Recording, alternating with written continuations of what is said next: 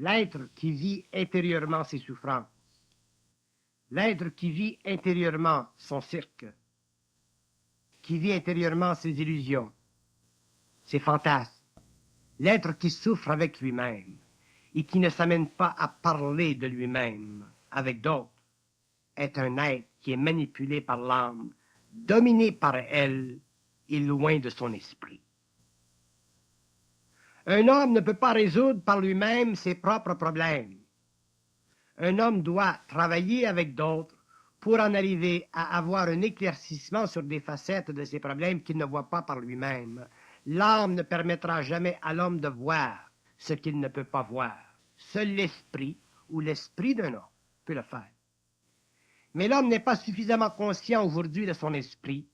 Donc, comme il ne peut pas résoudre par lui-même ses propres problèmes, parce qu'il n'est pas suffisamment en communication avec son propre esprit, il doit être capable d'utiliser l'esprit des autres qui peuvent servir ou qui peut servir de lumière temporaire pour la compréhension de sa situation, pour la compréhension de sa vision, qui est colorée par l'âme et maintenue sous le joug de l'illusion, pardon, par une force en lui qui est plus grande que la volonté de l'ego.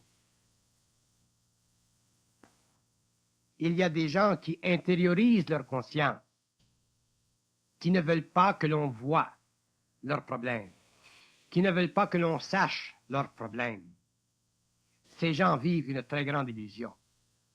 Ces gens vivent une forme de vanité.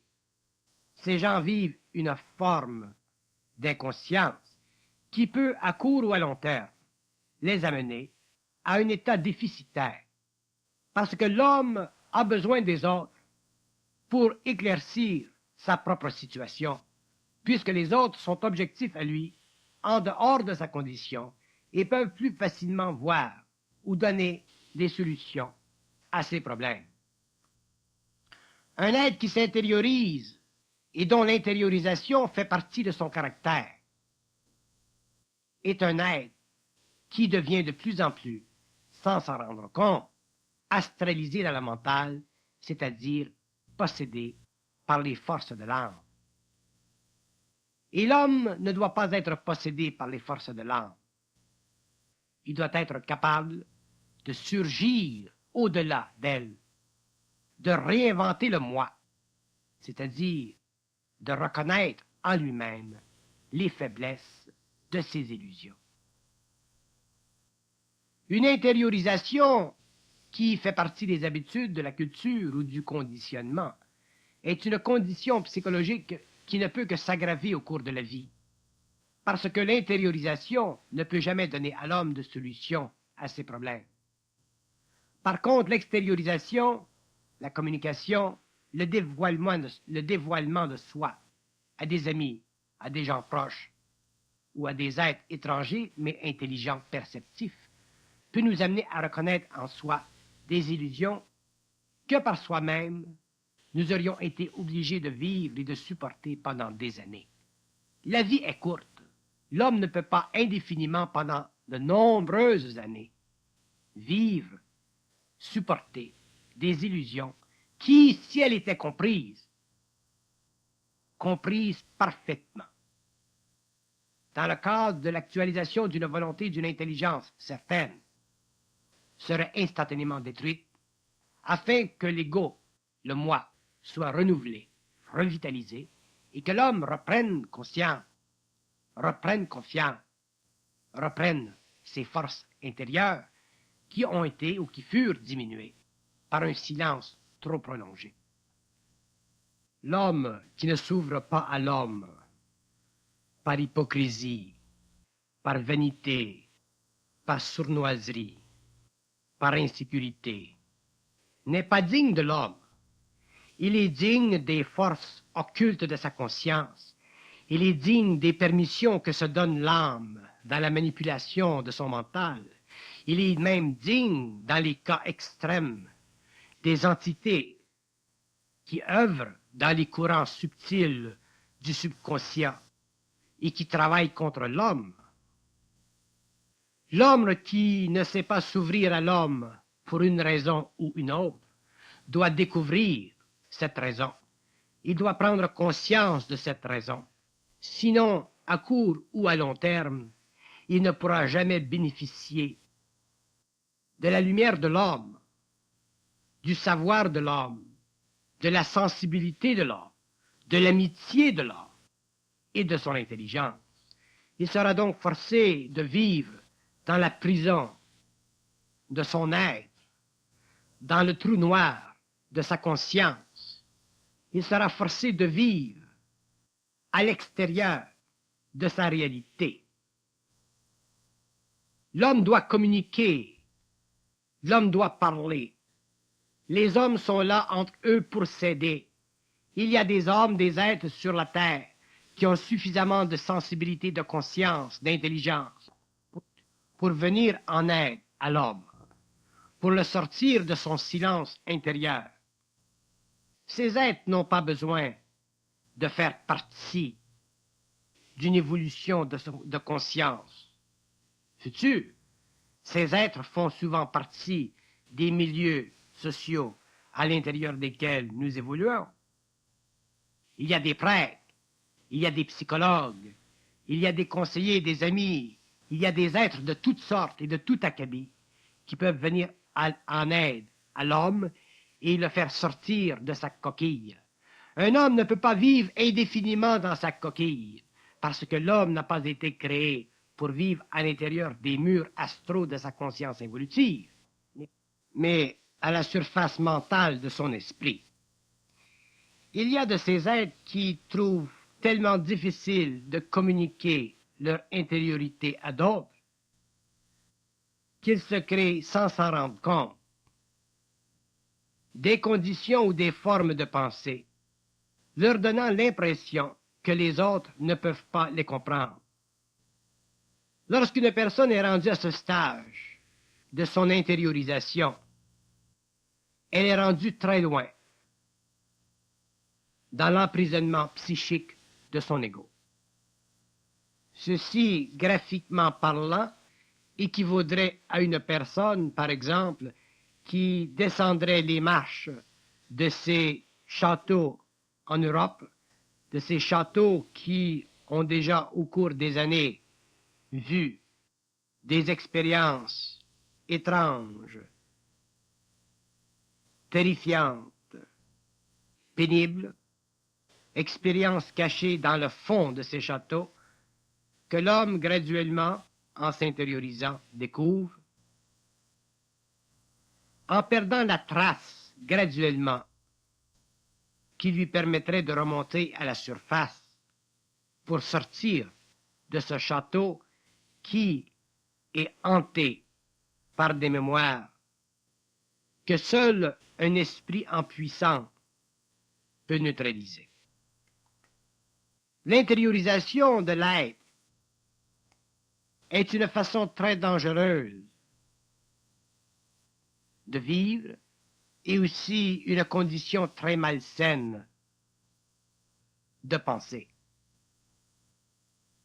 Un homme qui s'intériorise et qui ne se laisse pas la chance de communiquer avec d'autres, qui refuse la main qu'on lui tend et qui rationalise son intériorisation, est un homme qui a peu de chance de survivre à l'astralisation de sa conscience, à moins de prendre un jour ou l'autre, dans le cadre d'une expérience ou d'une situation qui l'ébranle profondément, une décision fondamentale visant à l'arracher de ces couloirs sombres de l'être pour l'amener de plus en plus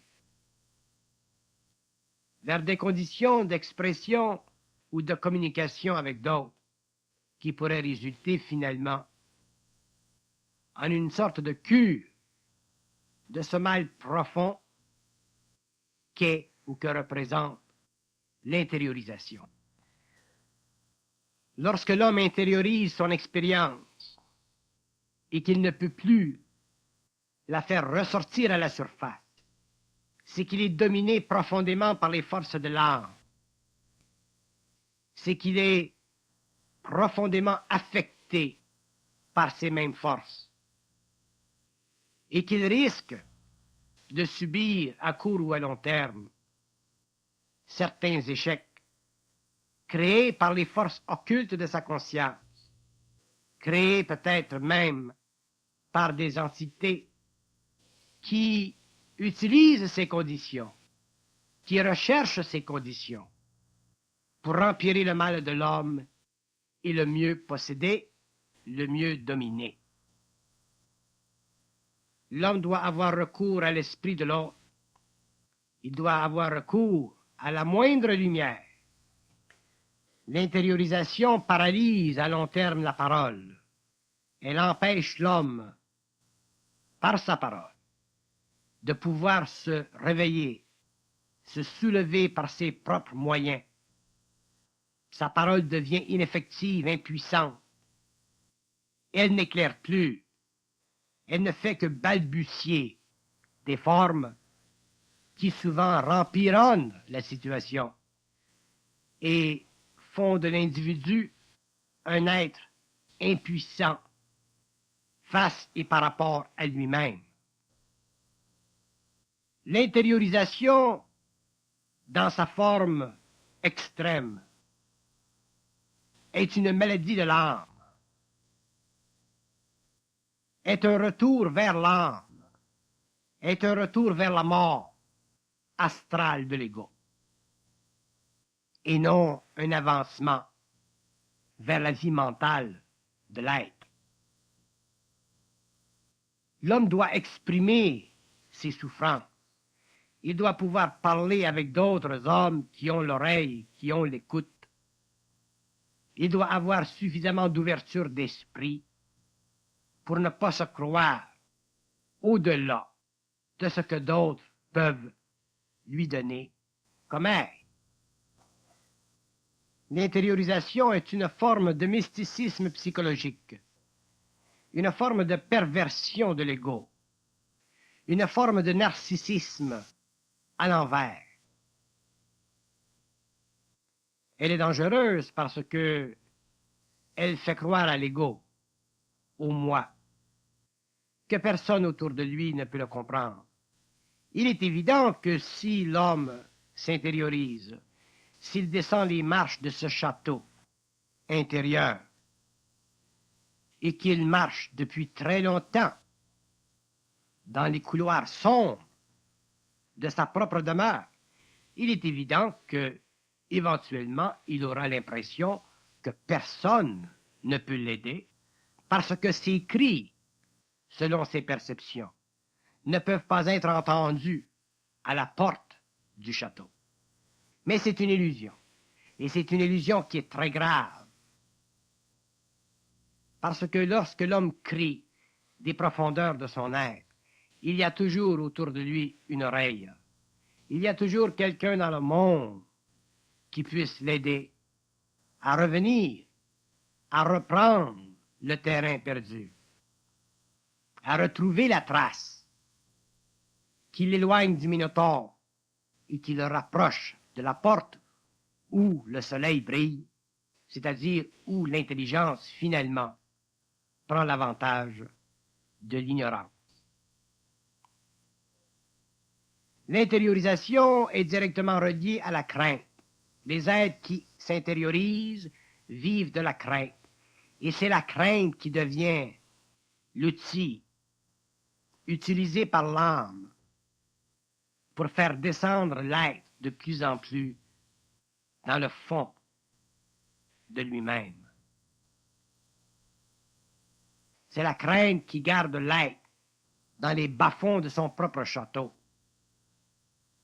C'est la crainte qui fait en sorte que l'être se sent incapable ou ne réalise pas que d'autres peuvent l'aider. Parce que la crainte n'est pas simplement une condition de l'esprit qui véhicule de la peur, mais la crainte est une forme d'énergie qui retient l'esprit, qui retient l'intelligence, qui neutralise la lumière. C'est une énergie, la crainte. Et cette énergie fait partie des forces qui manipulent l'homme, une énergie qui fait partie des structures psychiques de l'âme et qui crée de la confusion dans l'ego et qui perpétue l'illusion que les autres autour de soi ne sont pas capables de nous comprendre parce que notre condition est trop personnelle. Il n'y a pas de condition humaine qui soit trop personnelle à l'homme. C'est une illusion de l'ego, c'est une de ses vanités, c'est une forme d'orgueil. Il n'y a pas de condition humaine intérieure qui vaille la peine d'être gardée en secret par soi. Et ceux qui vivent cette condition ou qui vivent leur intériorité de cette façon paient ou paieront le prix de leur aliénation. Si l'homme ne cherche pas à parler ou à communiquer avec l'homme qui, dans le fond, sur le plan de l'esprit, est son frère,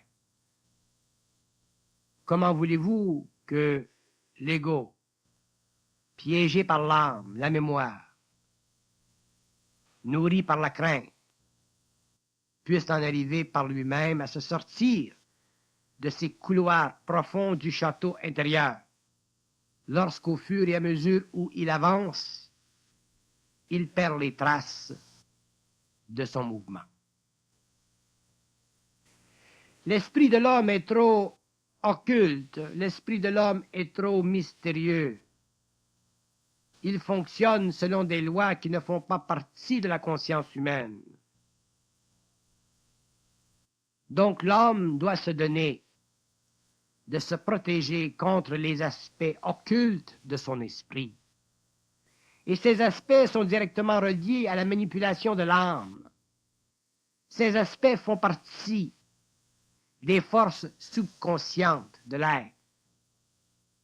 Et si l'ego, ou la partie mentale et intelligente de l'homme, se refuse d'être aidé de l'extérieur, comment voulez-vous qu'un tel être en arrive un jour à bénéficier de sa propre sortie, de bénéficier de la sortie de ses propres catacombes, de bénéficier d'une personnalité qui passe à la personne et qui devient de plus en plus inutile à la réalisation de la conscience du moi. Intérioriser sa conscience interne, intérioriser ses faiblesses, ses craintes, intérioriser son ignorance de soi, est une condition qui fait partie de l'aliénation de l'homme, est une condition qui fait partie des illusions de l'ego, est une condition qui est le résultat du vampirisme de l'âme sur l'ego. Le fond réel de l'homme, ce n'est pas son âme, c'est son esprit. Donc lorsque l'homme prétend vivre dans le fond de lui-même, lorsqu'il prétend vivre dans ces couloirs de l'âme, et qu'il prétend que d'autres ne peuvent pas le comprendre parce qu'il est trop loin dans son irréalité, il est dans une situation précaire. Il est même dans une situation à long terme qui peut être dangereuse. Les forces de sa conscience astralisée lui feront croire toutes sortes de choses, lui feront voir sa propre vie intérieure à leur façon. L'ego perdra toute référence universelle face à la constitution naturelle et créative de son moi. Que l'homme ait vécu des chocs ou des conditions de vie dans son passé, qui l'ont amené petit à petit à l'intériorisation, c'est une chose. Mais que l'homme conscient, surtout l'homme conscient, qui connaît les lois du mental, qui connaît les lois astrales de la conscience, et qui perpétue sa manie de vivre dans les couloirs sombres de sa conscience, c'est une autre chose. Un homme qui, par ignorance, ne connaît pas les lois de l'esprit, ne connaît pas les lois de l'âme, on peut le comprendre. Mais un homme qui, déjà, connaît les lois de l'esprit, les lois de l'âme, les lois de l'air, et qui perpétue ce mouvement insensé de vivre seul ses peurs, ses dilemmes, ses problèmes, un tel homme ne peut être que blâmé pour son attitude. Il est difficile de sympathiser avec une personne qui se refuse d'être aidée. On peut facilement sympathiser avec une personne qui cherche de l'aide. Mais sympathiser avec un être qui refuse d'être aidé, qui refuse de regarder d'une autre façon cette situation intérieure, c'est très difficile. Non pas que c'est impossible, mais c'est très difficile.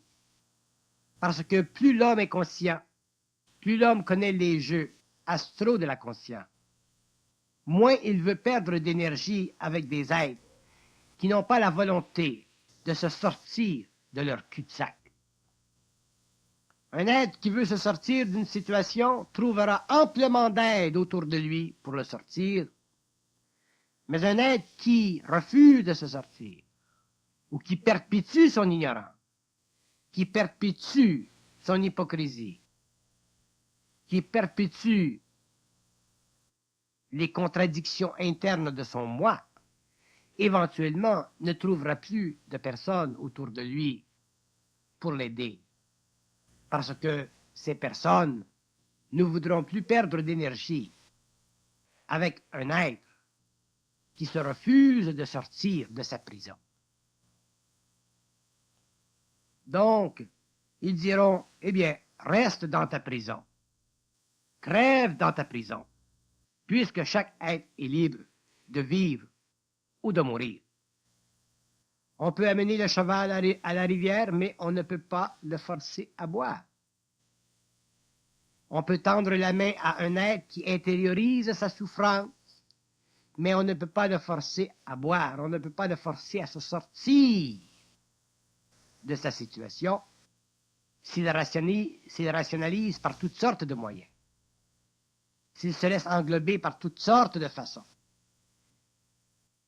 s'il se laisse victimiser par l'âme qui cherche à le dominer, qui cherche à le garder le plus longtemps possible dans la souffrance astrale de l'ego. Il y a des gens qui se refusent l'aide extérieure, non pas parce qu'ils ne reconnaissent pas l'intelligence de l'aide, mais parce qu'ils se refusent d'être dictés comment se sortir de leur situation. Parce qu'ils ont l'impression qu'à court ou à long terme, la situation changera. Ceci fait aussi partie des voiles de l'âme. Ceci fait partie de la domination de la mémoire sur l'ego. La psychologie de la conscience supramentale mettra à jour les différents visages de l'homme et elle permettra de reconnaître que la psychologie occulte de l'ego est beaucoup plus complexe, subtile, que ne laisse croire la psychologie classique, et que les forces en action sont beaucoup plus intelligentes que ne peut le croire un ego entraîné à penser de façon rationnelle. L'homme est un être complexe, multidimensionnel. Les plans de vie se rejoignent en lui. Des mondes parallèles coexistent en lui. Et l'ego ne représente que la finalité de cet exercice, alors que l'esprit représente la source et que l'âme représente la partie intermédiaire. Lorsque l'homme intériorise son énergie, il perd contact avec l'esprit et se rapproche des forces occultes de l'âme. Il s'éloigne de l'homme et elle pervertit graduellement sa condition. Il la rend de plus en plus difficile, de moins en moins accessible. Et éventuellement vient le temps au cours de la vie où il est rendu tellement loin, dans le souterrain de son propre château, que seuls des êtres possédant une très grande vision sont capables de voir à travers les chambres, les corridors et les murs de ce château pour aller chercher l'âme en peine, pour la faire revivre et la ramener au soleil. Ceux qui se refusent de se dévoiler à l'homme qui leur tend la main souffrent tous, à un degré ou à un autre, d'une certaine vanité dans le mental. Et la vanité dans le mental est suffisante pour empêcher que l'esprit éclaire.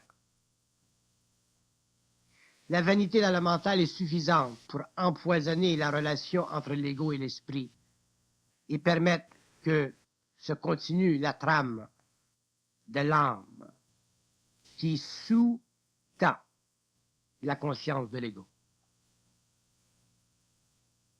L'intériorisation est un corridor qui mène vers l'aliénation mentale.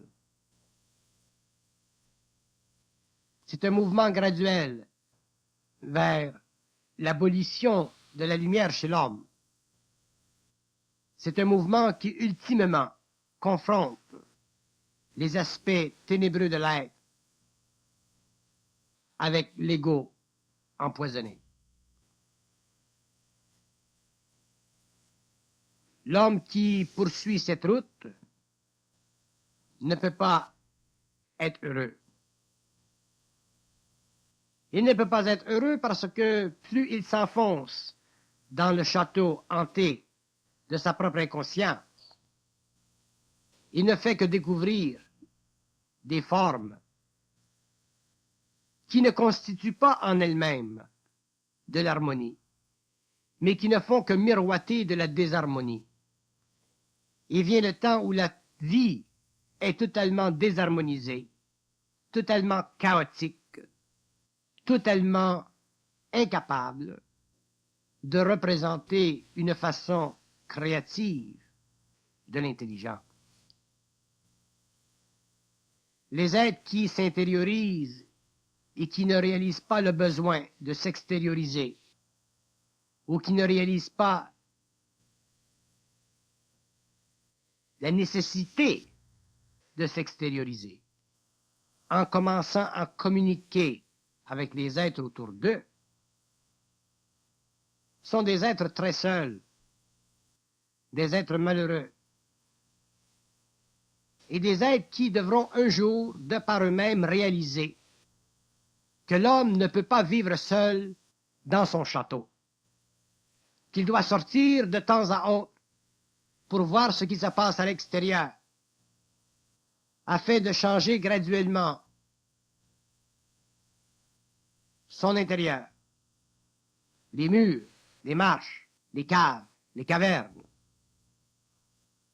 afin de leur donner de la lumière, de les exposer à un modernisme, c'est-à-dire à un esprit plus présent. Pour que l'homme se sorte de son intériorisation, il faut qu'il fasse acte d'une grande volonté. Il faut qu'il tende le bras à l'autre. Il faut qu'il cherche autour de lui des individus qui peuvent l'aider, avec lesquels il peut parler, communiquer, avec lesquels il peut révéler les tableaux sombres qui couvrent les murs de son château intérieur.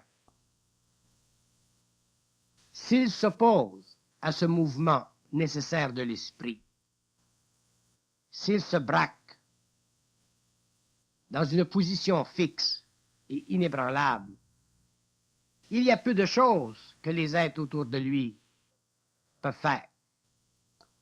Par contre, s'il commence lentement à s'habituer à cette fraternité entre lui et l'homme, il verra qu'il y a plus d'intelligence dans l'homme qu'il ne s'aperçoit ou qu'il ne peut préconiser. Intelligence qui puisse être utilisée à convertir son château intérieur. en une demeure moderne, éclairée, assise dans un pré, plutôt que figée dans un passé qui n'a plus de valeur.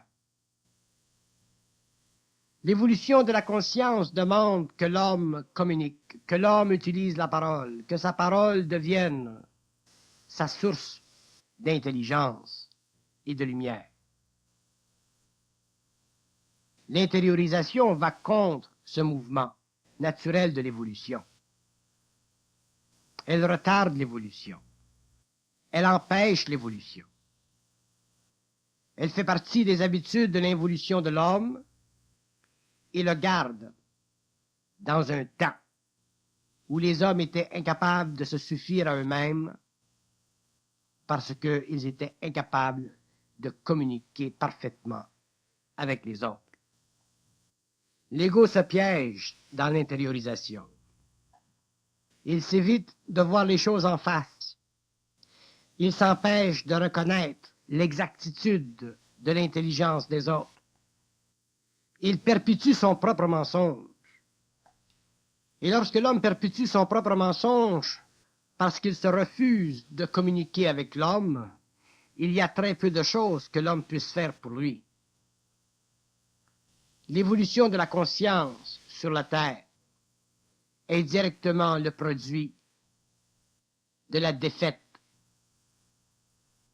de l'âme, de la domination de l'âme. Donc, cette évolution demande que de l'esprit entre en l'homme, que de l'esprit s'échange entre les hommes, que de l'intelligence soit invitée pour empêcher que l'être s'intériorise, masque sa réalité au profit d'une rationalisation qui fait partie des jeux de l'ego, endormi par la mémoire, asphyxié par l'âme et éloigné de son propre esprit. L'être qui s'intériorise cultive son caractère au lieu de développer sa volonté. Et plus il cultive son caractère, plus ce caractère devient fossilisé, plus il devient une marque évidente de son incompétence psychique, plus il devient une mesure de l'homme, et moins il représente la nature réelle de l'individu. S'intérioriser équivaut à se mettre à mort, équivaut à se suicider psychiquement. Et très souvent, ce phénomène mène au suicide réel. Nous voyons très bien chez les êtres qui souffrent de maladies mentales que le processus d'intériorisation fait partie naturelle de leur incompétence psychique et est directement relié à la décadence de leur volonté. Il y a un point où ils se créent un théâtre intérieur, où ils placent, comme ils le veulent, à leur guise, les acteurs. Donc ils se créent un monde qu'ils en arrivent à croire, parce que l'intériorisation est le mouvement naturel de l'âme qui mène l'ego au mensonge de lui-même. S'intérioriser, c'est petit à petit se conter des blagues, c'est petit à petit vivre un mensonge, c'est petit à petit agrandir le mensonge, c'est petit à petit ne pas pouvoir ou vouloir reconnaître le réel. Donc, il est très important pour l'homme de constater ceci, dans la mesure où, si ça lui applique, si ça fait partie de son expérience, qu'il s'en sorte, qu'il en prenne conscience, qu'il ne laisse pas aller au cours des années cette intériorisation, qu'il ne laisse pas se confondre au cours des années des aspects internes de sa conscience qui ne représentent aucunement une facette de sa réalité. Les êtres qui ont tendance à s'intérioriser ont besoin de savoir que l'homme est un ami, que des hommes en particulier sont de grands amis, et qu'il existe autour d'eux des êtres qui peuvent les aider dans la mesure où eux ont la volonté de les chercher, de les écouter, de regarder ce qu'ils disent et d'appliquer ce qu'ils disent à leurs problèmes. Si l'homme qui s'intériorise ne fait pas ceci, viendra le point au cours de sa vie où la lumière de l'esprit sera trop affaiblie et où la force souterraine de l'âme prendra de plus en plus d'ampleur. L'intériorisation est un manque d'esprit, un manque réel, un manque sérieux et un manque qui peut s'aggraver avec le temps. C'est une pénurie de lumière. C'est une aggravation constante, perpétuelle et graduelle du mal de l'homme, c'est-à-dire l'inconscience qui gruge, les mémoires qui rongent, l'âme qui domine et éminemment les entités qui possèdent. Ceux qui s'intériorisent pour des raisons passées, ceux qui ont vécu des chocs, des expériences pénibles dans le passé et qui s'intériorisent par rapport à ces expériences, doivent comprendre que ces expériences sont déjà passées. Elles existent dans les sous-plans de la conscience et elles ne deviennent effectives que dans la mesure où l'ego leur donne de l'espace, dans la mesure où l'ego leur donne de la puissance. Et c'est à travers les reflets perçus par l'ego, les pensées colorées qu'il vit, que ses forces prennent sur lui de la puissance. Par contre, si l'ego réalise ceci, s'il réalise que déjà le passé fait partie du passé, que le passé en lui-même est essentiellement mort, et qu'il ne doit pas avoir d'emprise et qu'il n'a pas besoin d'avoir d'emprise sur le présent, ces êtres peuvent se sortir de ces conditions. Mais si pour des raisons de toutes sortes, ils perpétuent leur propre mythe, ils se desserviront à court ou à long terme. Un homme ne peut pas, pour aucune raison du passé, flamber son avenir et empêcher son présent. Un homme qui connaît les lois de l'esprit, de l'âme, de la mémoire, à qui a été expliqué les mouvements subtils des impressions astrales, n'a aucune raison de laisser au passé une mainmise sur son présent. Donc, pour renverser cette situation, il a besoin d'une volonté affirmative, d'une volonté qui veut à tout prix se sortir du corridor qui depuis longtemps fut sa demeure, afin qu'il puisse aujourd'hui et demain vivre sur un plateau un peu plus exalté de la conscience. Le passé, c'est le passé. Il y a des hommes sur la terre qui ont vécu des passés horribles et qui ont réussi à se retrancher complètement de ce passé. Et chaque être humain qui a le moindrement de conscience et de volonté et d'intelligence peut fracturer le miroir du passé et exprimer sa lumière dans un présent qui convient à la conscience et à la maturité d'un ego qui a dépassé le seuil de sa conscience astrale ou de sa conscience astralisée pour entrer dans la porte de sa conscience mentale.